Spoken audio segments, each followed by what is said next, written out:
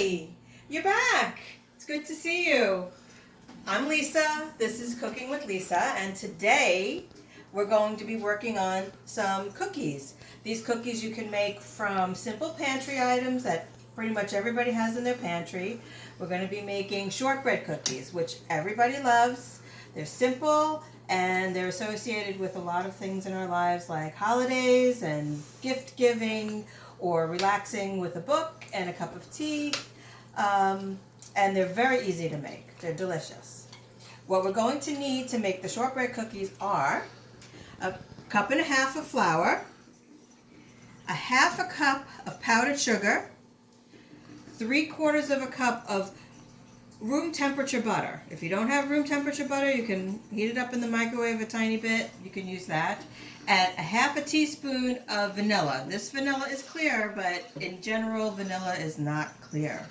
Okay, so this is how we're going to begin. I have my mixing bowl already here. I'm going to just combine all of the ingredients. Flour, powdered sugar, the butter. I melted a little bit in the microwave so it's nice and soft, and it can be mixed easily into a batter. It's the liquid. It's the liquid that's going to bind everything together and make a nice soft dough. Lastly, a half a teaspoon of the vanilla. You can also use, instead of the vanilla, you could use almond extract, lemon extract, anise. It flavors your cookies slightly. Okay, so I'm going to put mine in my standing mixer, but you could also make it with a hand mixer. It's faster for me in the standing mixer. And even though it's faster, I'm not going to bore you with waiting for it to mix. I've done that already. And this is what it looks like when it's finished. It comes out pliable and soft. See, it looks like soft dough. Okay. All right, so this is what we do with that. We take this dough and we put it make it into a roll. This is the simplest way to make it. All right, we take this roll, make it nice, flat on the sides. We wrap it in plastic and we put it in the refrigerator to chill. When you put it into chill, it's not going to be soft and mushy anymore because you can't make cookies out of this. It will be hard, just like this. See this roll? It's a little hard. And this is how we make the cookie from there. I'm going to show you. I have a small baking sheet ready to go. And the oven should be preheated to 325.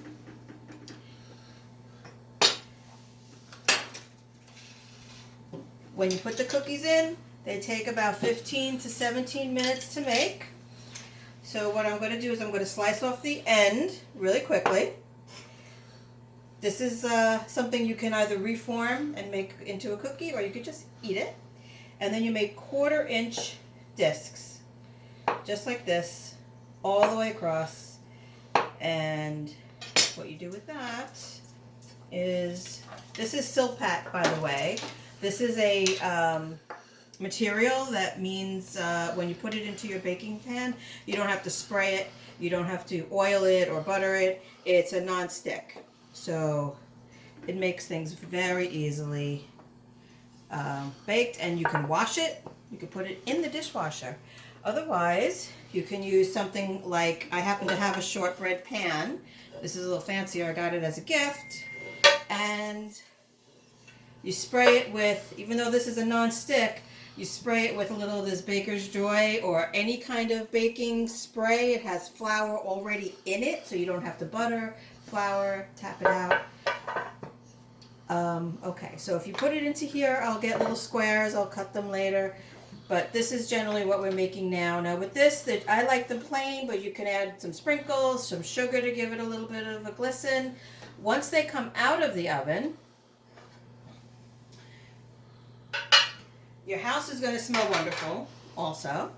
But once they come out of the oven, this is what they're going to look like. So this is a cookie already made up. See, this is one that's not made. This one is made. That's the color you want to see on the bottom. You don't want to see it much darker than that, otherwise it's going to change the flavor of the cookie. And this is, without the squares, this is what one batch will make of the larger size. This is a smaller size, so I'll get more cookie out of it. These, I just added some sugar in the raw, which gives it that homey look, a little extra sweetness, and they're pretty. You could take a stack, wrap it in cellophane with a bow, give it to somebody. These are the squares. When the squares come out, the best way to keep them is in a Tupperware or in a tin. And I really hope you take the time to just make this recipe. You'll be shocked how delicious they are and how easy they are for being as delicious as they are. So thank you for joining me.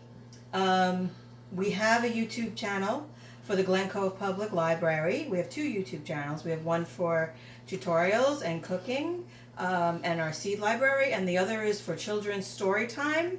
So please go to them. They're both Glen Cove Public Library. One is story time, one is not. We also have an Instagram page, Glen Cove Public Library, and we have a Facebook page, Glen Cove Public Library. It's all across the board the same, so that we should be easy to find.